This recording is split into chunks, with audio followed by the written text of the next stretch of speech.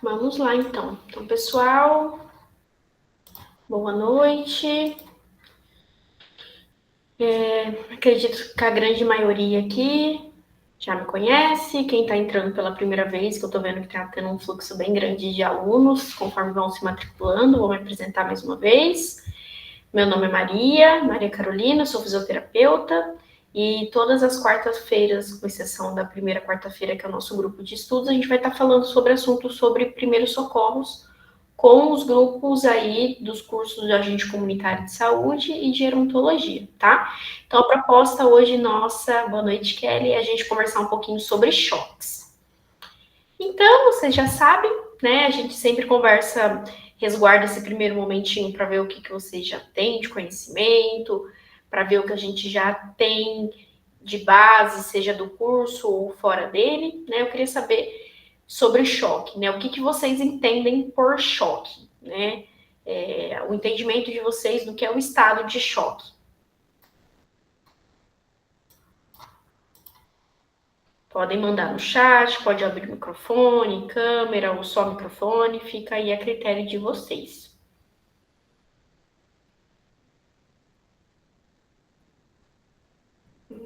Alguém se manifesta, falar?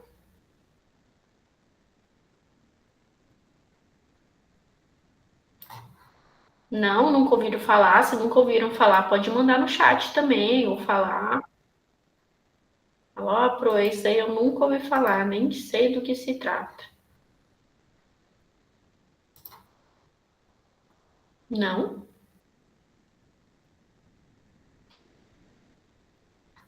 Choque hipovolêmico, choque cardiogênico, choque séptico. Já ouviu falar de alguns, né? Às vezes tem essa dificuldade de conceituar, mas a gente já vai conversar um pouquinho melhor, né? Então, os tipos eu já fui citando, né? Então, tem alguns, né? Que provavelmente alguns. O mais comum quando a gente fala de primeiros socorros é o choque hipovolêmico, né? Que é o choque em decorrência aí da falta de suprimento sanguíneo como um todo, né? A volemia como um todo, dos componentes do sangue. Aí a gente tem o cardiogênico, muito bem, o obstrutivo, o distributivo, que aí estão dentro do choque distributivo, né? O séptico, o anafilático, aí, perfeita, Ana. Imagina, Nayara, né? E a gente vai conversar mais um pouquinho sobre cada um deles, né? Eu queria saber se vocês sabem reconhecer os sinais, né? Desses, de qualquer um tipo de choque, né? A gente vai ver que tem um sinal, né, que é muito característico de qualquer choque, né, que é a hipoperfusão sanguínea, né, a queda da pressão, mas tem outros sinais bem característicos de cada uma da condição, né? Se é choque anafilático, se é choque séptico, hipovolêmico, né? O que mais chama atenção de sinal para vocês identificarem que o paciente está em estado de choque?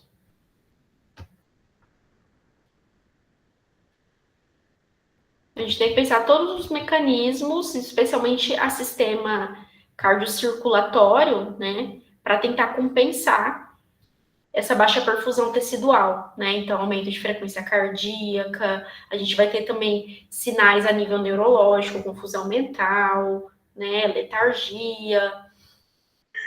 Mais alguém? Taquicardia. Boa noite, Cesário. Boa noite, Pro. É um Tudo prazer. certo? Prazer. Seja bem-vindo à nossa aula. Que Deus lhe abençoe. Amém. O senhor também. Aí, isso mesmo, ó.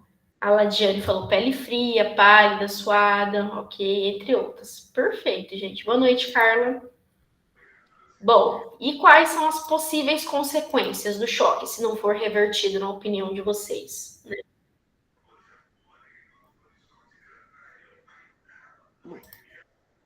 Deixa eu ver se alguém está mandando uma coisa no chat. Isso, o desfecho mais importante, assim, do choque é o óbito, né?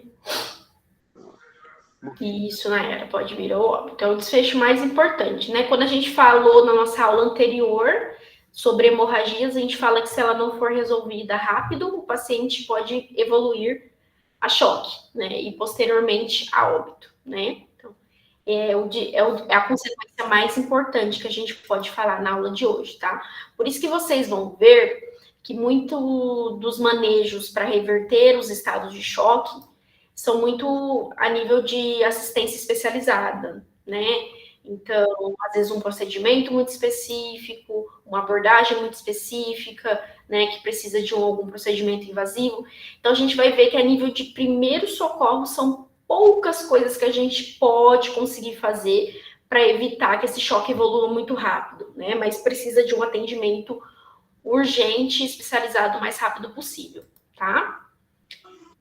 E aí eu queria saber se vocês sabem iniciar os primeiros socorros, têm ideia do que pode fazer, o que não pode fazer, especialmente a nível, às vezes, de pressão que está muito baixa, se vocês já têm algum conhecimento.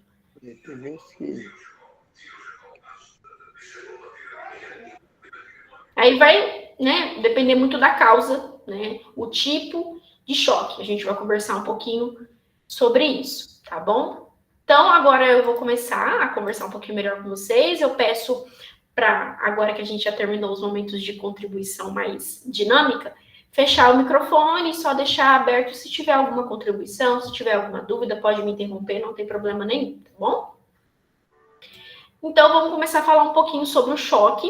Ele é habitualmente conhecido como choque circulatório. É o nome mais comum, mais usual, porque o choque hipovolêmico é a causa mais comum dos estados de choque, tá? Mas ela é conceituada, né, como um choque normal e ela é definida como uma falência circulatória aguda, tá?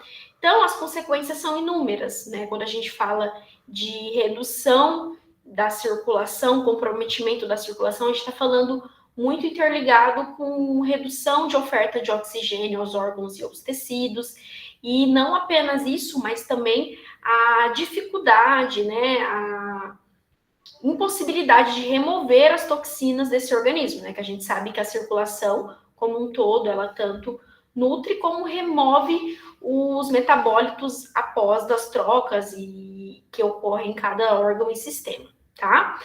E o choque no seu contexto, ele é muito importante, né, e precisa de um diagnóstico correto, porque cada tipo de choque requer um tratamento diferente e específico para cada qual, tá?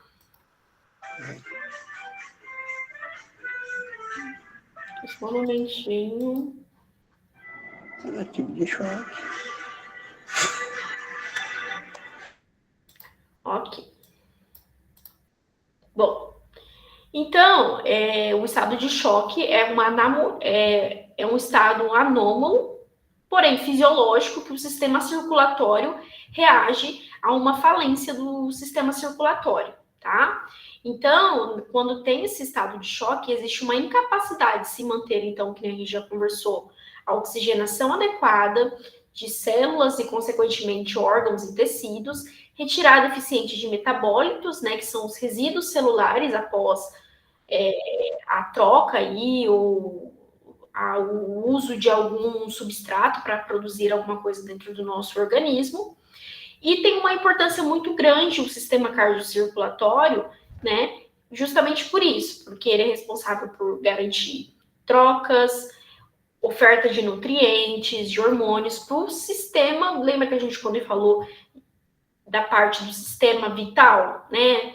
Órgãos vitais, então está muito ligado, né? O sistema cardiocirculatório com a manutenção desses órgãos vitais em funcionamento adequado, tá? Então é essencial para a homeostase. Homeostase é equilíbrio, tá, gente? E funcionamento sistêmico como um todo, tá? Então, as causas de choque são diversas, né? E elas causam uma hipotensão severa, né? Que é a queda da pressão muito importante. E essa queda da pressão dificulta, né, essas trocas celulares. E isso leva a uma exaustão e um colapso sistêmico, tá? E, consequentemente, todas as causas de choque levam a um desfecho comum, que é a hipoperfusão sanguínea, né? A perfusão deficiente do suprimento sanguíneo para sistêmico, tá? Para todos os órgãos do corpo. Só um momentinho. Tem um colega querendo entrar.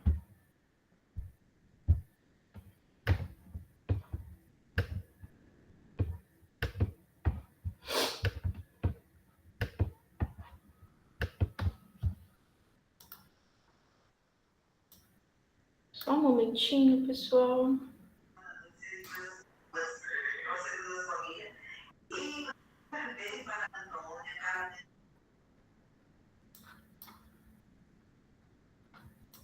Ok, tá?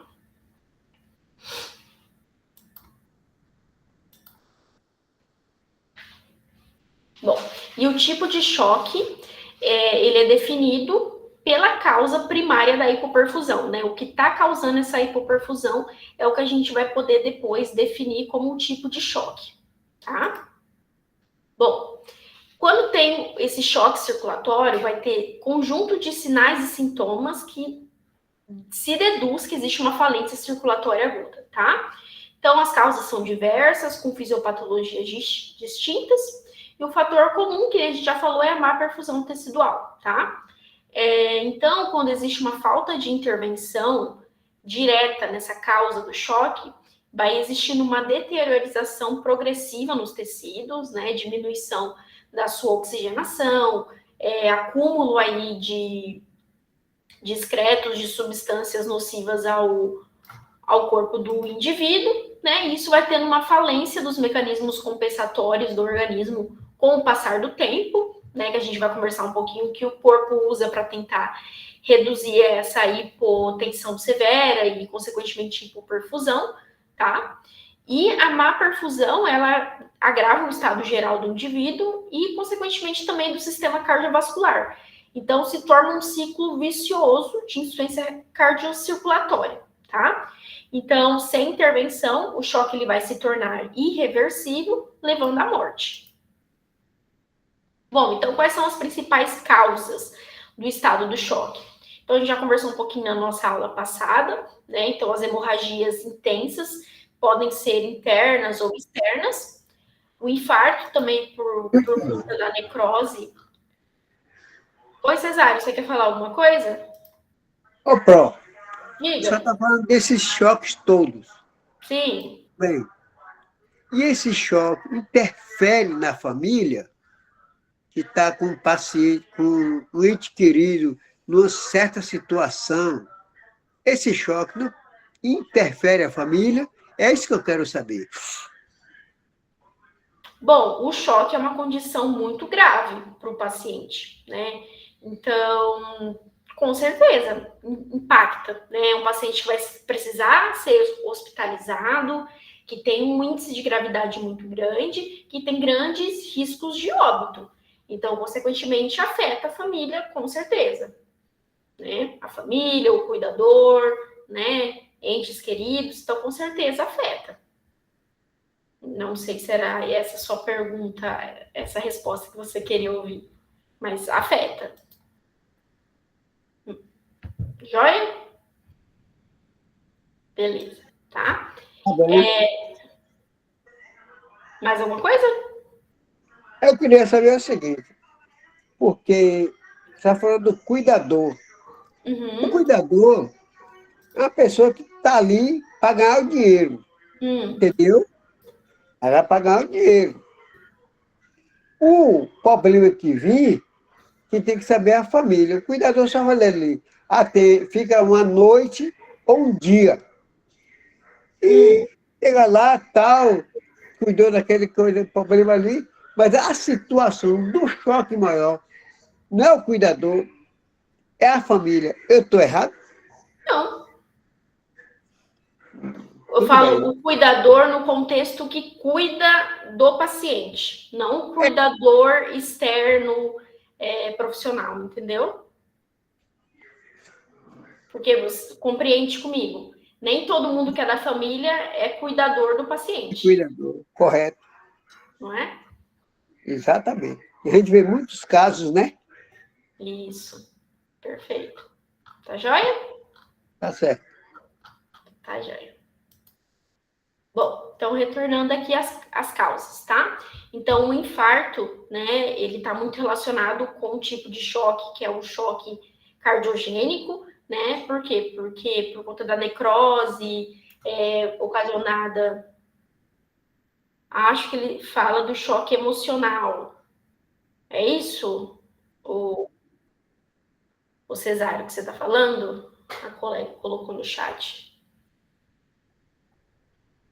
O choque aqui, a gente está conversando de causas fisiopatológicas, né?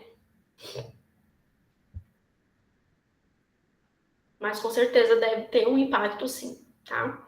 Mas tudo não deixa de ser um choque, né, Pro? Tudo não Sim, deixa de ser um choque. Para a sim, família, tudo não deixa de ser um choque. com certeza.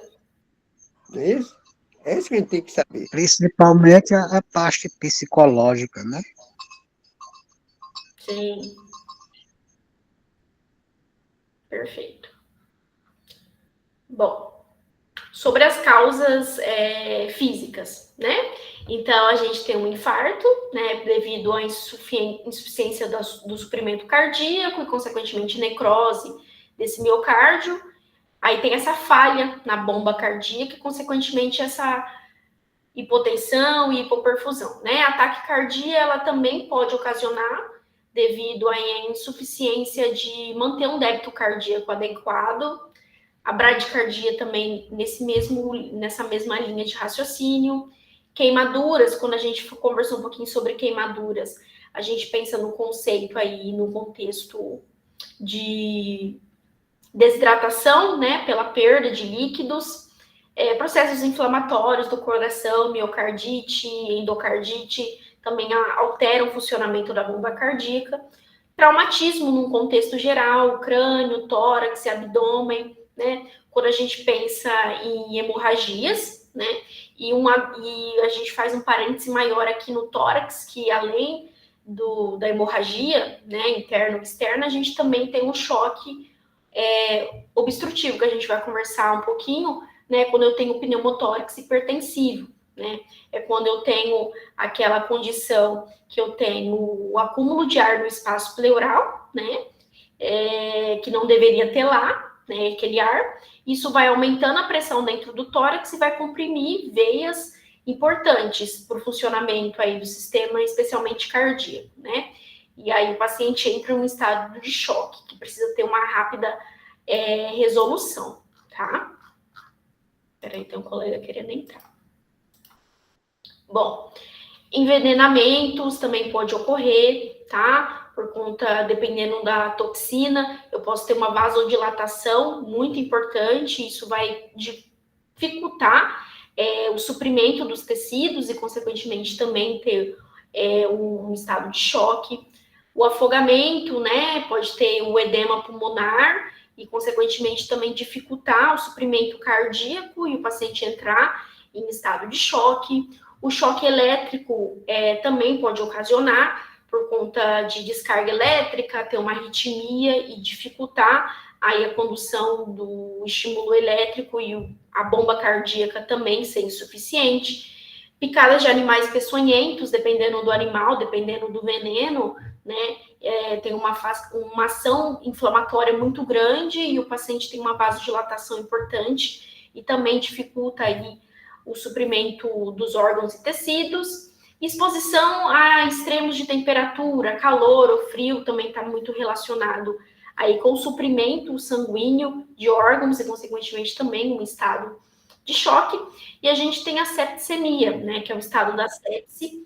A sepse, ela causa também uma vasodilatação muito importante por conta aí de mediadores inflamatórios que estão na circulação, né? E isso também vai dificultar o suprimento para órgãos e tecidos e a retirada de metabólitos também dessa circulação, tá?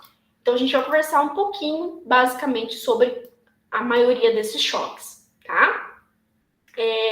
Então, os tipos de choque a gente já conversou e foi citando brevemente. Então, a gente tem o choque hipovolêmico, o choque cardiogênico, o choque distributivo, né? E a gente tem subtipos: o séptico, anafilático, neurogênico, um que também entra aqui nessa configuração, que é em casos de crise adrenal, e o choque obstrutivo, tá?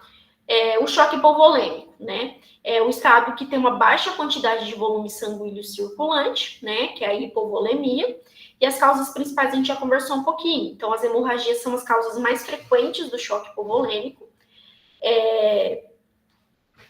A gente também tem as causas externas, né? Traumas, acidentes, as causas internas também de hemorragia, então úlcera perfurada, Sangramentos ocultos por algum tempo também pode ocasionar, ou até a perda isolada de plasma, né? No caso de desidratação, sequestro de líquidos ou queimaduras, como a gente até conversou em uma das nossas aulas. Ô, Pro, Oi. desde a senhora está falando isso aqui. Vamos que uma mãe, entenda, né? Uma mãe, o filho está trabalhando. Aconteceu um sistema aqui essa semana, aqui em minha cidade. O teto da igreja caiu, 12 pessoas trabalhando, como foi em rede nacional. Quer dizer, tem uma mãe com esse filho lá trabalhando. Qual é o comportamento de uma mãe dessa, com um susto desse, se ela não sabe se o filho está bem, está morto ou está vivo? Bom, César, pelo que eu entendi, você está falando de componentes mais psicológicos, né? A nossa aula não é focada para a parte do abalo psicológico, né? Não A gente está falando do choque emocional. circulatório, entende?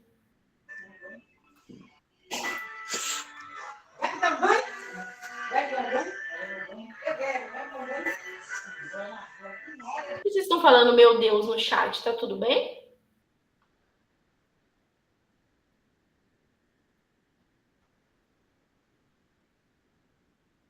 Tá tudo certo? Sim, professor, é porque ele falou sobre o desabamento de lá, né? Daquele lá da igreja lá. É horrível, né? Sim.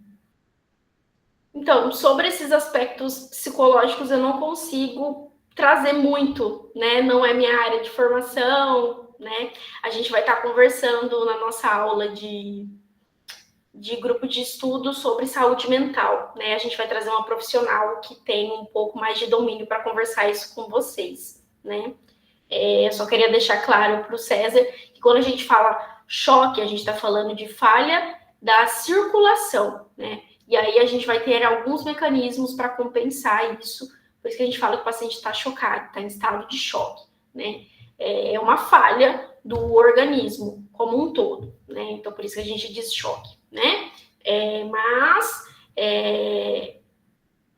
os outros componentes psicológicos também são importantes. Não sei se ficou claro o que eu quis dizer, tá? Ok. Bora lá. Não sei se ficou clara a minha explicação. Bom. Quais são as consequências, né? Então, que nem a gente conversou, tem a queda da pressão de enchimento capilar, né? Que é a pressão hidrostática, e tem alguns mecanismos que o corpo, que nem eu já estava falando, usa para tentar contornar essa baixa perfusão tecidual, tá? Então, que é basicamente a ativação do sistema nervoso simpático, que é basicamente por 3 mecanismos, tá? Que é a contração das arteríolas, o aumento da resistência vascular periférica e os efeitos cardíacos diretos, tá? E a gente vai conversar um pouquinho sobre elas. Então... Oi. O que eu estou falando é o seguinte, a senhora é mãe, correto? Você tem um filho trabalhando numa empresa.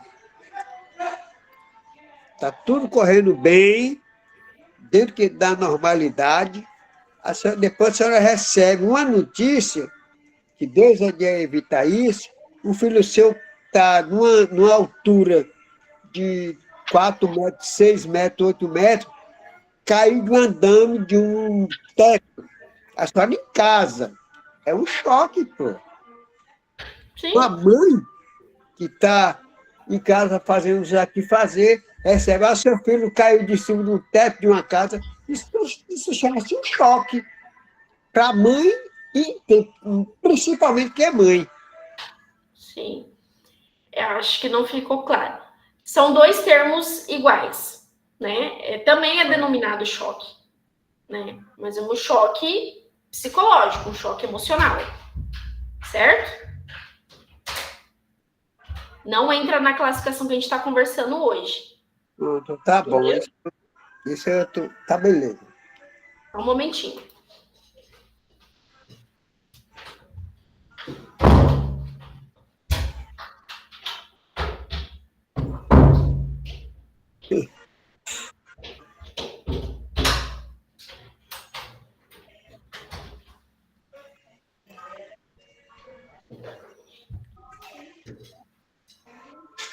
Bora lá, meu povo. Bom, então, dos mecanismos, né, para reverter essa hipoperfusão é a contração das arteríolas, né? Por quê? Né? Tentando aumentar a resistência vascular periférica, né?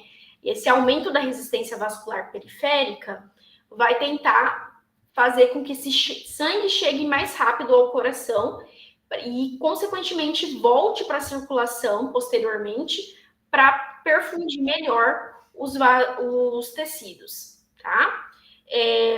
Outro mecanismo é a contração das veias, para aumentar também o retorno venoso e ter o mesmo princípio, para elevar a pré-carga, né? Pré-carga a gente fala que é todo aquele volume que chega no coração, tá? Então a gente tem o intuito de aumentar a pré-carga para quando esse coração contrair, aumente a pós-carga, né? Que é o que sai do coração e, consequentemente, nutrir e chegar para perfundir de uma forma mais eficaz os órgãos e os tecidos, tá? E os efeitos cardíacos diretos, que são mecanismos que o coração mesmo utiliza aí para tentar reverter essa hipoperfusão, que é o aumento da frequência cardíaca, aumento da força de contração, tudo pensando para aumentar a pressão arterial para tentar restabelecer a perfusão tecidual, tá?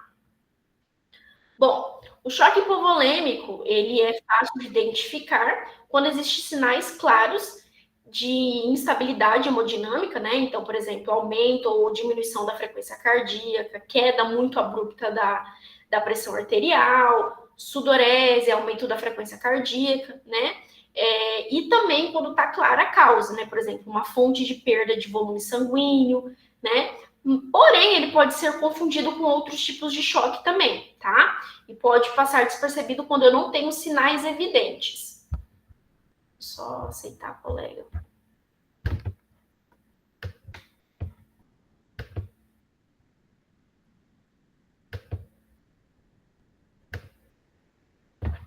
Saiu, tá?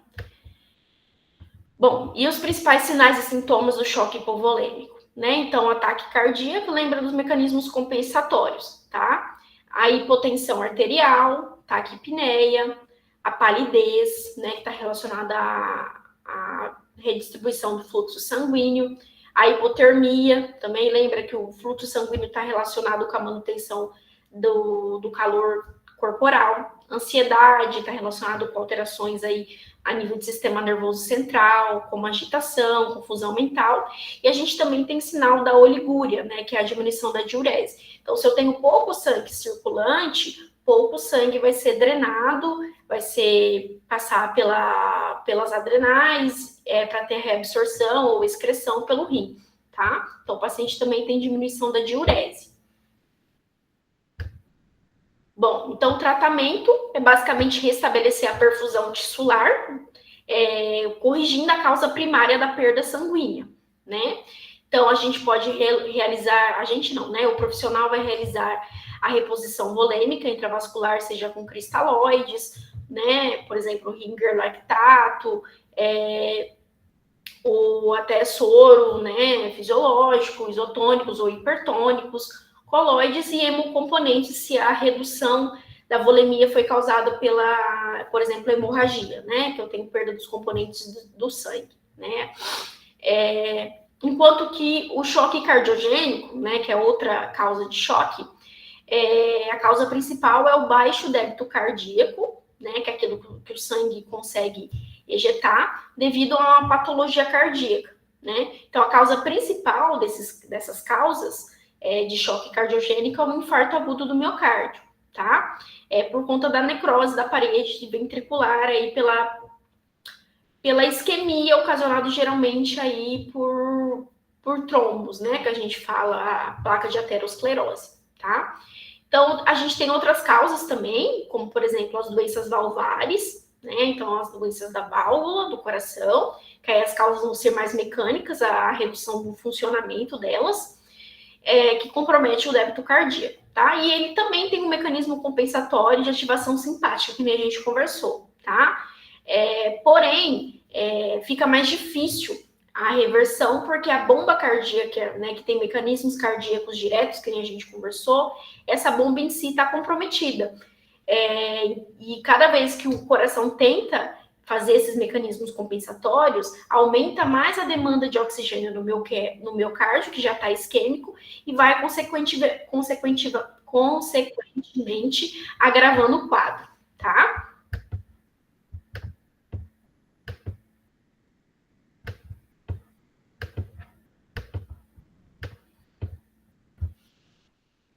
Bom, quais são os sinais e sintomas? Então, vocês vão ver que tem alguns sinais e sintomas muito parecidos em quase todos os choques, tá? Que é a hipotensão, ataque cardíaco, palidez, o enchimento capilar lento, o pulso fino, sudorese, taquipneia, insuficiência respiratória, só que aí vai ter outras coisas, né? Por exemplo, congestão pulmonar, isso vai estar relacionado mais com choque cardiogênico, agitação, confusão mental e até redução importante do nível de consciência, caracterizando o coma, tá? Então, o tratamento, né, a nível de atendimento especializado, vai tentar reverter e tratar a causa primária do choque, né, por exemplo, o infarto agudo do miocárdio ou outras doenças cardíacas envolvidas, tá? Bom, o choque distributivo, tá? Dúvida para perto do PRO? Oi. Dúvida não te leva para casa, tira na aula. Diga. Eu tenho um sistema, né? Porque quando a pessoa está com um sistema assim, de um ataque, né? Cardíaco, esse negócio, sempre toma. Quem já teve diz. Tem uma parte que é calor, sentiu aquela parte quente naquele lado, outras é frio, aquele frio. Então, é isso que eu quero saber da senhora, se é certo ou está errado, né? Mas quem sente é que diz, não é isso? É isso que eu quero saber da senhora. Não sei se eu entendi sua pergunta. Você está falando que a pessoa que tem um infarto sente calor ou frio, você fala? Deixa eu lhe explicar. Diga. Eu não tenho certeza, não sou médico nessa área para dizer isso, mas a pessoa sempre diz, quando a pessoa está sentindo aquele que vai ter um problema cardíaco, né, um lado sente ou frio ou muito calor. Aquele calor quente, mas isso eu não sei o que, né? É por isso que eu quero que essa me explica. Entendi. Bom, os sinais, por exemplo, de infarto estão mais relacionados com dor precordial, né? Dor na região que irradia para o lado esquerdo, às vezes ela é confundida com uma dor gástrica, né? Sensação de desmaio, palpitação, né? Queda da pressão, são mais relacionados a esses sintomas, são mais relacionados à parte cardíaca ou com a irradiação reflexa, né? A gente fala. Certo? Agora, sobre calor e frio, eu não sei te informar. É porque eu estou lhe falando que quem já teve, falou para mim que sentiu esse sintoma. Entendi. Eu não posso dizer por mim, que graças a Deus nunca tive, mas quem já teve, que já fez transplante de negócio, já falou para mim. Que sentiu aquela parte do corpo, aquele calor intenso, só naquele local, e outro já disse que é frio. Então, são coisas que deixam a pessoa meio confusa. Mas quem sofreu é quem sabe. Eu não sei te falar. Eu também, graças a Deus, nunca tive, tá? Mas na literatura de escrito são esses sinais aí que eu falei com você, tá? Eu sei. Mas quem já sofreu diz isso, né? Beleza? Beleza. Bom, Tá bom. eu não quero que nós não sofremos isso, né? Para nós não ter esse transtorno. Então tá, joia. Bom, outra causa de choque, né, é o choque distributivo, né? E a causa principal é devido à má perfusão tecidual pela vasodilatação periférica generalizada, já é uma causa diferente, tá? E o que acontece com essa vasodilatação, né, intensa? Eu tenho uma redução importante da pressão de enchimento capilar, né, que eu não sei se vocês se recordam, o capilar é a última instância do sistema cardiovascular, né, e é onde que vai ser possível ter aí uma troca gasosa, né, ou seja, passagem de oxigênio e nutrientes para o tecido, e também o retorno aí dos metabólitos após essas trocas gasosas para voltar aí a nível de sistema cardiopulmonar para poder aí sair na hematose, por exemplo, os restos metabólicos, tá? E aí também tem um comprometimento, então, nessa oferta e captação de oxigênio pelos tecidos, que eu já falei, tá? Nesse tipo de choque, né, no choque distributivo, a função do coração está preservada, tá? Não há falha da bomba cardíaca, nem diminuição do volume sanguíneo igual o hipovolêmico, tá? A causa está relacionada com a vasodilatação devido a diversos fatores, tá? Esse choque, ele é o único tipo de choque que eu tenho uma vasodilatação importante. Os outros, eu tenho uma vasoconstrição reflexa, né? O hipovolêmico, o cardiogênico, o obstrutivo, por exemplo, de forma reflexa, tá?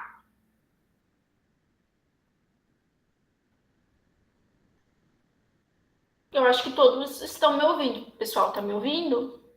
Acho que talvez seja a sua transmissão, Renê. O pessoal está ouvindo. Qualquer coisa tenta entrar de novo, tá bom? Às vezes a conexão está instável, tá?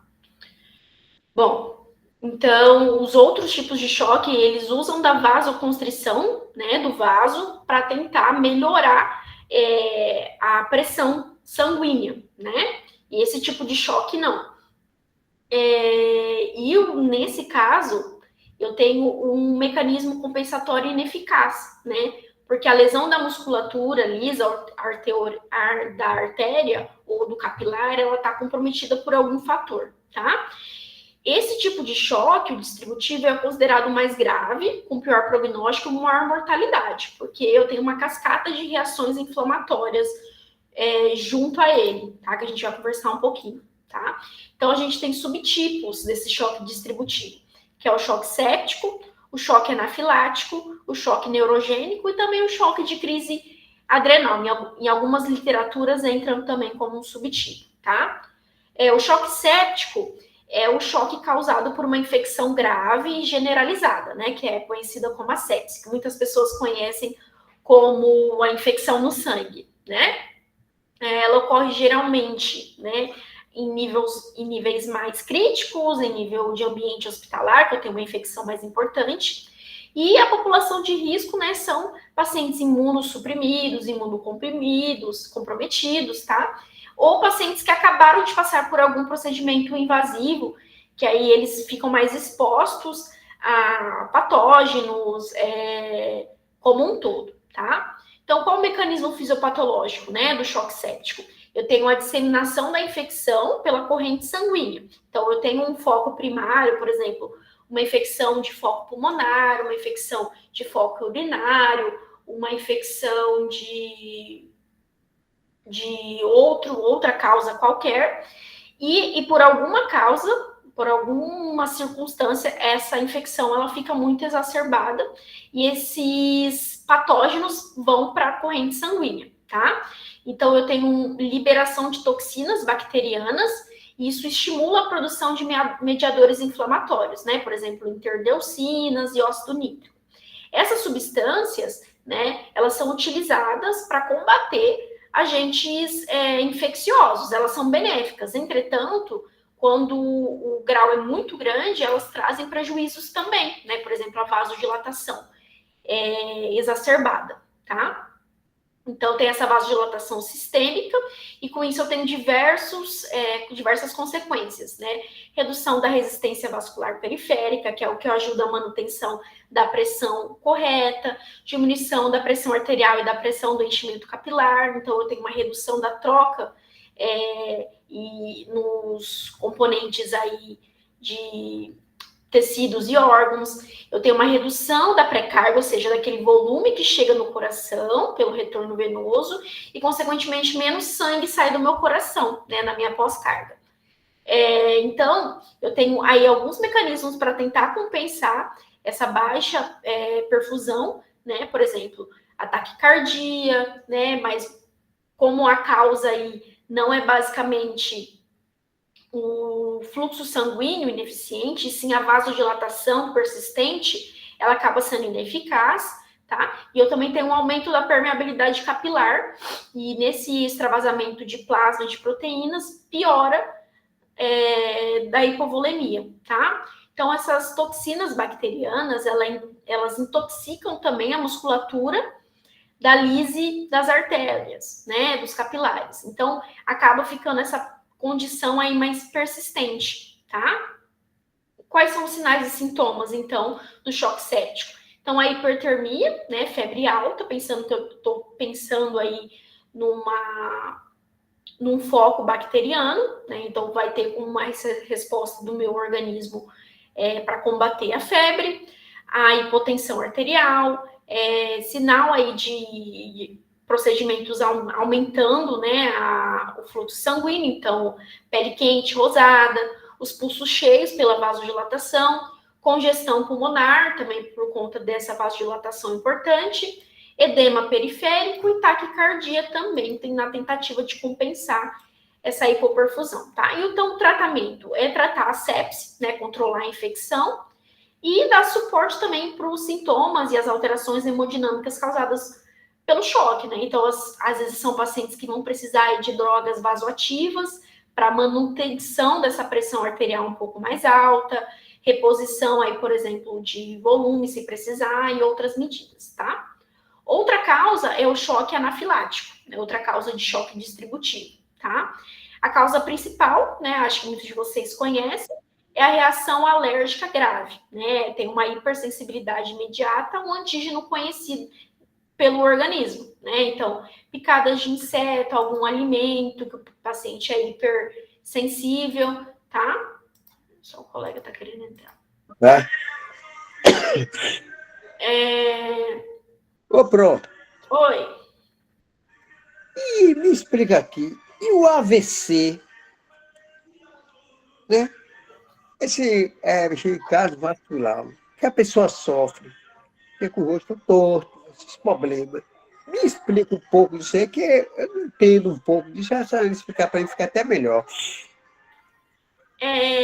César, o acidente vascular encefálico, o acidente vascular cerebral, né, ele é quando eu tenho uma falta de suprimento sanguíneo, seja por isquemia, né, obstrução do fluxo para irrigar uma artéria do cérebro, ou tem o AVC hemorrágico também, alguma ruptura de um vaso que está fazendo aí o suprimento do cérebro, né? Então, a partir do momento que eu tenho essa falta de suprimento, seja por uma causa ou seja por outra, o paciente acaba tendo essas alterações, né? Então, aí ele tem, por exemplo, a gente pode falar paralisia da face, essa queda da face, ou às vezes a redução de movimento de um lado do corpo, né? Então, basicamente é isso, tá? Se eu te perguntar, é irreversível ou tem condição de a pessoa voltar à normalidade? Depende do grau do que foi comprometido, né? Por exemplo, foi uma artéria muito grande, foi uma artéria pequena, e o tempo que se fez alguma abordagem, né? Seja com trombólise, para, por exemplo, resolver se for um trombo que está causando essa redução de suprimento sanguíneo, se é hemorrágico, se às vezes tem que ir para o centro cirúrgico fazer uma drenagem, né, daquele sangue. Então, depende, é muito particular, entendeu? Então, tem alguns casos que com fisioterapia, com outros tratamentos, né, o paciente consegue reverter alguns dos sintomas e tem pacientes que ficam com sequela, é muito individual. Ok? Ok. Boa noite. Boa noite. Essa falta de vitamina, de suplemento que a senhora disse aí, significa tipo uma vitamina D ou B12?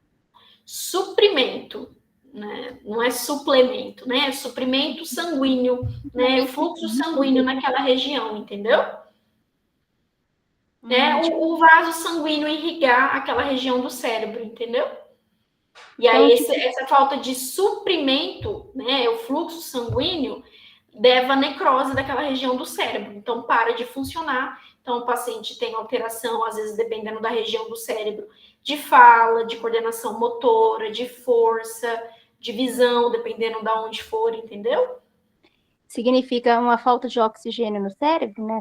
Falta de oxigênio e glicose, tudo que o sangue leva, entendeu? Para irrigar o cérebro. Ah, entendi. Entendeu? Por isso que é importante fazer um exame, né, mais detalhado para saber como que está a saúde do paciente, certo? A gente fala que pacientes com as alterações, os fatores de risco cardiovasculares como um todo, eles precisam ser controlados, né?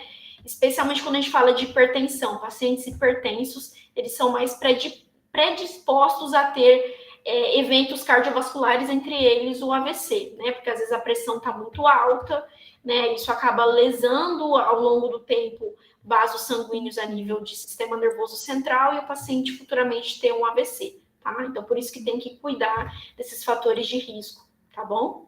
Entendi. Doutor, professora, deixa eu te fazer uma pergunta. O que está acontecendo na área da saúde? Porque os médicos convencionais, eles demoram muito a pedir uns exames mais detalhados.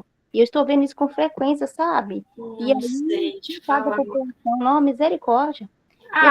Tá tendo uma sobrecarga do sistema de saúde, não é de agora, né? É sempre, né? Sim. Então, é muito particular, é muito regional, né? Então, cada região tem as suas demandas, tem as suas defasagens, então eu não tenho como te responder isso, né? Depende muito da região. Mas a gente entende que a nível de sistema de SUS, né, tem uma sobrecarga e não tem profissionais suficientes para a demanda, o volume dos pacientes são grandes, então tem essa dificuldade, tá? Infelizmente é um problema a nível Brasil. A Ladiane tinha levantado a mão, pode falar, Ladiane. Então, meu pai foi numa farmácia tomar uma medicação para uma dor na coluna, passada pelo médico, e chegando lá, após ele tomar, ele passou mal, sentou-se novamente, e aí ele abriu as pernas, urinou-se todo, e o farmacêutico imediatamente procurou o pulso, não encontrou, e disse que ele tinha ido a óbito, porque tinha tido um choque anafilático com reação à dipirona. Mas depois, antes de ser chamado a ambulância, ele voltou sozinho, graças a Deus. Caramba. E aí ele ficou alérgico à dipirona, né? Sim. Não podia tomar nenhum remédio que tivesse dipirona. Às vezes as pessoas só descobrem assim no susto, né?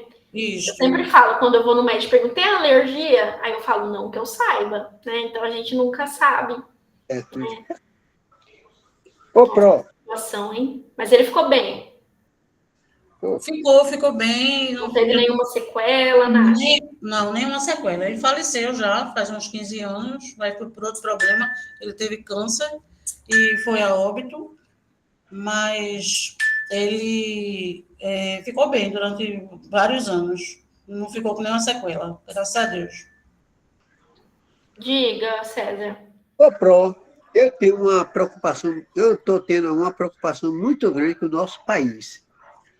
É o número de pessoas que a gente não tinha, ou não tinha diagnóstico, esse negócio, é de autismo. O que é que está acontecendo com o nosso povo que está tendo tanto... Acho que hoje tem pessoas que têm medo de casa, mas tem medo de ter um filho que é autista. Quer você me dizer isso aqui, Pro? Então, César, é que na realidade não é que aumentou o número de autistas, né? É que na realidade o diagnóstico hoje está muito mais claro, né? Tem pessoas que depois de anos, né, agora, com a evolução da medicina, as pessoas são mais fuçadas, mais conscientes, vão atrás, às vezes tem o diagnóstico mais tarde. sempre teve autistas, né? Então, tem pessoas que passaram a vida inteira, pessoas neuroatípicas, né? E não tiveram diagnóstico, né?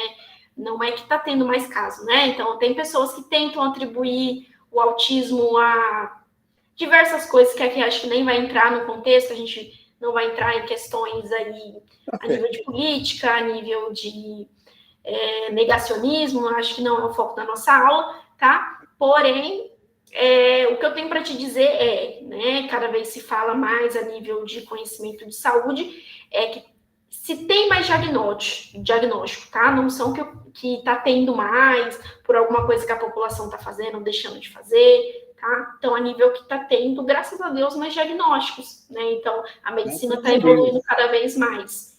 Né? Então, às vezes, algo que a pessoa passava a vida sem diagnóstico, demorava anos para ter, agora ela consegue de forma mais assertiva e mais rápida. Né? E também tem vários tratamentos hoje, a nível de assistir essa pessoa para o resto da vida, né? Ok. Agora, tem cura? Não. É uma condição que a família e o paciente, né, aprendem a viver.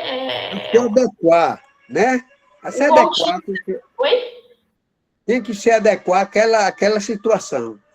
Sim, aprender a lidar, né, com exatamente. O nível de suporte, né, com as condições do paciente, né? Não ignorar, porque tem pessoa despreparada que ignora, reclama, mas o certo é a pessoa encarar aquilo como uma realidade e procurar entender tudo aquilo da criança, da pessoa com autismo. A gente sabe que tem vários casos, né? Nível de suporte um pouco mais baixo, nível de suporte mais alto, pacientes que são verbais ou pacientes que não são verbais. Então, é muito individual, né? A gente vê paciente autista é um diferente do outro, né? Então, é isso, tá? Então, vamos voltar para o assunto da nossa aula, senão a gente vai ficar aqui até 10 horas da noite. Que susto! Né? Então, bora lá, tá? Então, eu já leio o chat aqui que a colega falou sobre choque anafilático, tá? Então, basicamente uma reação alérgica, né, gente? É um antígeno conhecido pelo organismo, ele entende que aquela substância é nociva e ataca, né, de uma forma exacerbada. Então, tem uma interação antígeno-anticorpo mediado pela imunoglobulina E, tá? Então, isso é fisiológico nosso. Entretanto, tem uma ação muito exacerbada dessa degranulação dos mastócitos, que é responsável aí pelas reações de proteção do nosso corpo a organismos externos, né? E aí tem a liberação de histamina, né, e mediadores anti-inflamatórios. E o grande problema é o efeito da histamina, né? Por quê? Porque tem a vasodilatação importante, né? E isso reduz o retorno venoso. Tem uma vasodilatação arteriolar importante também, que reduz a resistência vascular periférica. E com isso, né, com essa vasodilatação importante, eu tenho um aumento da permeabilidade capilar. O que é isso? Sai muito líquido para fora do vaso, né? Então, extravasa o plasma, extravasa as proteínas que estão dentro do que a gente fala aí do vaso, né? Isso causa muito edema, né? Então, por isso que a gente vê, né? Não sei se vocês já presenciaram alguém com uma reação alérgica importante. Não, nem toda reação alérgica vai evoluir para choque anafilático, tá? Mas tem grandes chances, né? Então, a gente vê edema, né? Edema de face, olho, pálpebra, língua, né? E o mais importante, o que mais gera medo em nós e preocupações, né? É o edema, especialmente o edema de glote, né? Por quê? Porque fecha aí a glote e obstrui a passagem de ar e o paciente entra em insuficiência respiratória, tá?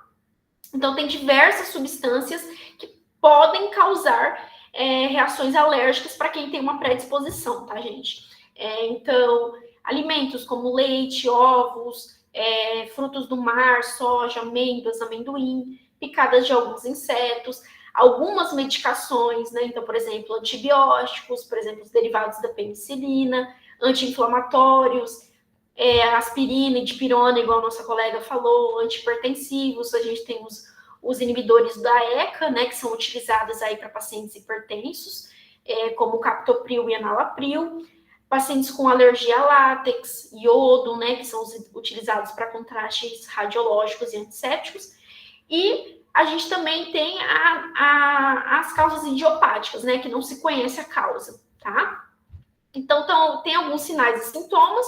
Então, a urticária, né, que é aquela coceira muito importante, a vermelhidão da pele, o angiodema, que também aqueles vasos em cima da pele ficam mais evidentes, o edema de glote, né, que tem um grande risco de asfixia, a dificuldade respiratória e, em alguns casos, os pacientes também têm irritações oculares, né, conjuntivite.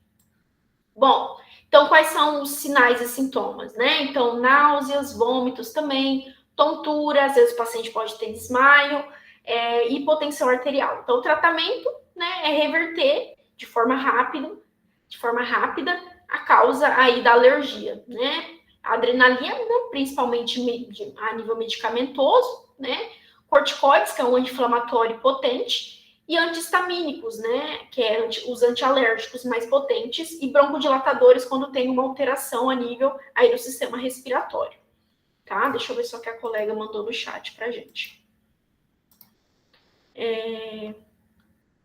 Sobre o choque anafilático, eu tenho muito medo desde criança, tenho problema sério com medicação e até hoje não ficou explicada qual produto me faz ter essa alergia. Só depois do Covid, que tive por 3 vezes, melhorou um pouco. Comigo estou ouvindo um colega sobre o pai, aí já aconteceu várias vezes com a mesma coisa que aconteceu com o pai da Ladiane. Tenho testemunhas até aqui no curso, assistindo a aula, como já fiz, olha só. Então, a gente sabe que tem pacientes que são muito sensíveis, e a gente fala, principalmente remédios anti-inflamatórios, que às vezes o paciente não tem uma só. Às vezes não é só dipirona, às vezes o paciente tem alergia, por exemplo, a outros componentes anti-inflamatórios. Então, geralmente não é só um, então tem que ficar muito esperto, né? Então, é um perigo. Eu morro de medo também. Eu falei, eu nunca fui picada por uma abelha. Nunca quero ter essa experiência e descobrir, Deus me livre e guarde, de eu ter uma reação muito importante, né? Então, a gente não sabe. A gente só sabe quando a gente é exposto a, muitas vezes, algumas substâncias, né? A gente tem um choque neurogênico, tá? Que a causa é a má perfusão tecidual por súbita perda do tônus vascular, né? Que nem a gente conversou um pouquinho em uma das nossas aulas. O tônus vascular, ele é feito o controle pelo nosso sistema autônomo, né? Autônomo significa que ele se funciona aí sem a nossa vontade, né? Então, isso é a nível de sistema nervoso central, tá? Então, a nível medular, a gente tem o sistema autônomo, simpático e parasimpático, tá? Quando eu tenho alguma alteração a nível desse sistema nervoso central, eu tenho uma alteração nesse centro vasomotor, tá? Então, tem alguns fatores que podem ocasionar esse tipo de choque. Então, anestesia geral e profunda pode causar todas as condições que mexem com o sistema nervoso central. E nervoso central eu falo tanto a nível de encéfalo quanto a nível de medula, tá? Então, eu tenho posso também ter depressão excessiva do centro vasomotor, uso de drogas ou fármacos que deprimem esse sistema nervoso central, anestesia a nível medular, tá? Bloqueio da descarga simpática a nível da medula espinhal por algum agente também, e lesão cerebral difusa com paralisia vasomotora, tá? Então, pode ser lesão a nível de cérebro ou a nível de medula que altera o funcionamento aí desse sistema vasomotor, tá?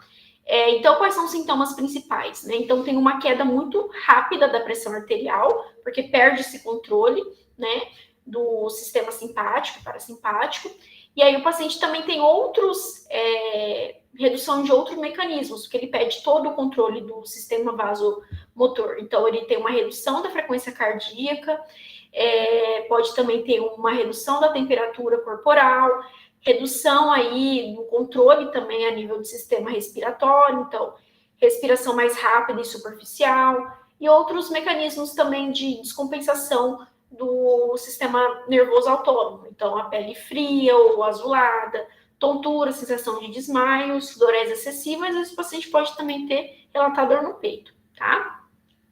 A gente tem a crise adrenal também. A crise adrenal é outro tipo de choque distributivo que está relacionado mais especificamente com o que a gente fala, o comprometimento a nível do sistema adrenal renal, tá? Então, o cortisol, ele é o hormônio produzido a nível das glândulas adrenais, que ficam no rim. Ele é fundamental para a manutenção do tônus vascular, tá? Então, os níveis adequados do cortisol, eles são essenciais para a ação da adrenalina, que também está relacionada com a parte vasomotora dos vasos, tá? Então, quando eu tenho uma insuficiência do cortisol, eu tenho uma vasodilatação generalizada, porque eu tenho uma redução aí da função da adrenalina, que faz a vasoconstrição, e eu reduzo essa pressão de enchimento capilar, tá? E quem tem esses, pode ter isso, né? Então, são pacientes que usam por muito tempo, por exemplo, corticoide, né? Os corticosteroides. Por quê? Porque eu tenho uma inibição do ACTH, que é um hormônio, né? Que é o cortisol, e eu tenho uma atrofia aí da zona fasciculada do córtex adrenal. Outra causa também, né, sem ser o uso contínuo de corticosteroides, é quando na sepsia eu tenho uma hemorragia global de glândulas adrenais. Isso pode acontecer também. E também tem os casos congênitos, tá? Que tem essa dificuldade na produção de esteroides por conta da hiperplasia adrenal congênita, tá? E nesses casos da hiperplasia congênita, a gravidade ela aumenta, porque a zona glomerular, ela também é afetada, então não é só as adrenais. Então, além de eu ter essa dificuldade aí de manter a pressão por conta da redução do cortisol, eu também vou ter um déficit da aldosterona e que vai ocasionar também redução da reabsorção de sódio e água e, consequentemente, eu vou ter hipovolemia por isso. Então, eu vou ter mais de um choque associado, tá? Bom, e o choque distributivo, tá? Que é o último tipo de choque. Deixa eu só falar primeiro os sinais e sintomas da crise adrenal. Então, são sintomas como vômitos, dores abdominais, fraqueza, febre, confusão mental e desmaios, tá? Então, são mais a nível de abdômen e outros mais sistêmicos, tá? O choque obstrutivo, tá? Ele é causado pela obstrução ou compressão de grandes vasos do coração, que a gente estava conversando um pouquinho. Os sintomas, eles são bem semelhantes ao choque hipovolêmico, tá? O que distingue um do outro é que no choque obstrutivo eu vou ter uma distensão das veias jugulares. Por quê? Porque eu vou ter uma compressão dos grandes vasos do coração e, consequentemente, eu vou ter uma estase, né? Eu vou ter como se o sangue ficasse parado, né? Não tá conseguindo fluir nem para fora nem para dentro da cavidade cardíaca, então ele fica mais parado aqui nas jugulares. Então, esse é um sinal mais marcante para diferenciar os dois, tá? E as causas mais comuns de choque obstrutivo é o pneumotórax hipertensivo, que a gente conversou um pouquinho, né? Eu tenho uma pressão alta no tórax, né? Isso comprime as veias grandes, né? Então, isso acaba reduzindo o retorno venoso e, consequentemente, o débito cardíaco. Também o tamponamento cardíaco, né? Quando eu tenho um acúmulo de líquido no pericárdio, isso comprime o coração e dificulta o funcionamento adequado dele, tá? Dificulta a expansão, consequentemente a contratibilidade e não tem um débito cardíaco eficaz. E a gente também pode ter no tromboembolismo pulmonar, tá? Quando eu tenho êmbolos, né, que são coágulos de sangue, que vai bloquear os capilares pulmonares, isso vai reduzir o retorno de sangue posteriormente para o coração e o débito cardíaco ele vai ser ineficaz, tá? Bom, então, os sinais de choque como um geral, quando a gente pensa no cenário de primeiros socorros. Então, vai ser muito do mesmo que a gente já falou, tá? Então, o paciente vai ter sinais sistêmicos que ele está em insuficiência circulatória, tá? Então, eu estou tendo uma falha de circulação como um todo. Então, o paciente vai ter pele úmida, pele pálida, pegajosa, fria. Ele pode ter cianose, né, que é aquela coloração azulada, ele está relacionado com a falta de suprimento sanguíneo em extremidades, orelhas, lábios, dedos, tá? O suor pode estar intenso na testa ou palmas das mãos. Vai ter uma fraqueza, pulso fraco e rápido, né, pela taquicardia. O paciente pode ter sensação de frio ou calafrio, tá? respiração rápida, curta, irregular ou difícil. O paciente pode ter expressão de ansiedade, às vezes o olhar indiferente, pupilas dilatadas ou agitação, quando eu penso aí que está tendo uma oxigenação insuficiente a nível do sistema nervoso central. Então, o paciente pode também ter alguns sintomas, como medo, ansiedade, sede intensa, tá? Devido aí a essa redução da volemia, visão nublada, né? Visão mais escurecida, náuseas, vômitos.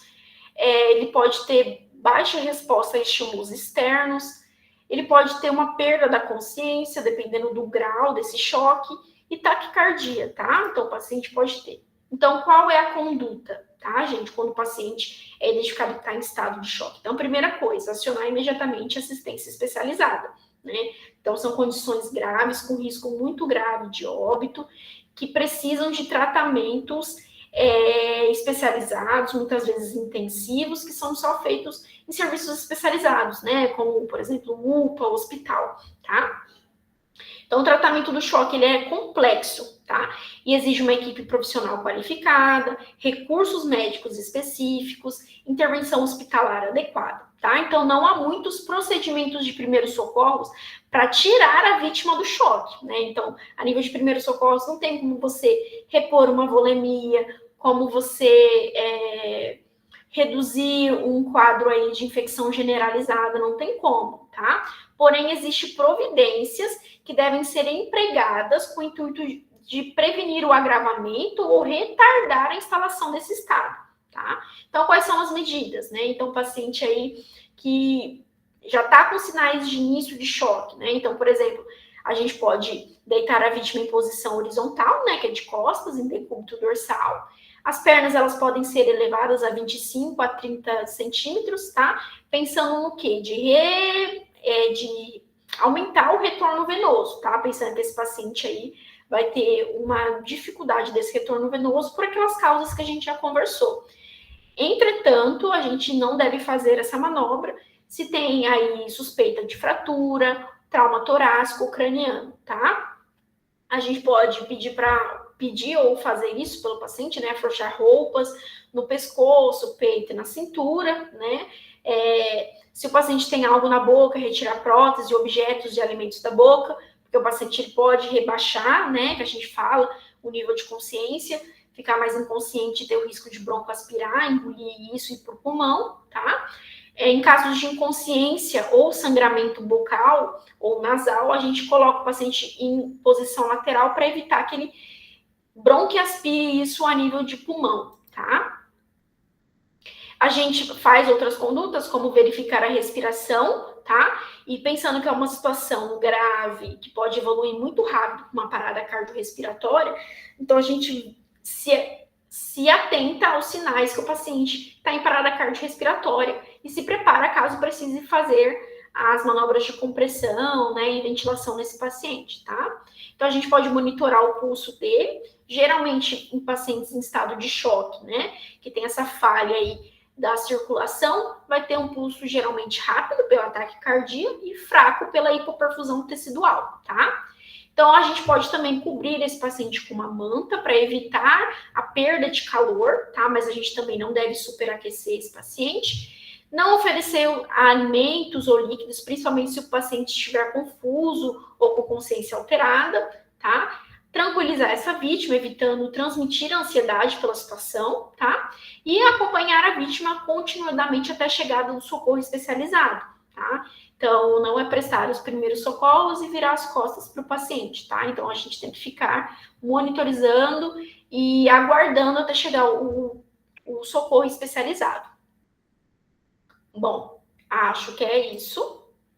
Vou deixar aqui a lista. Hoje o nosso papo rendeu. Vou mandar aqui no chat também, tá, gente?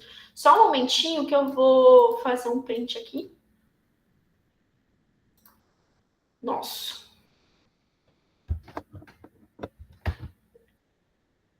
Deixa eu ver o que a Nayara falou aqui no grupo.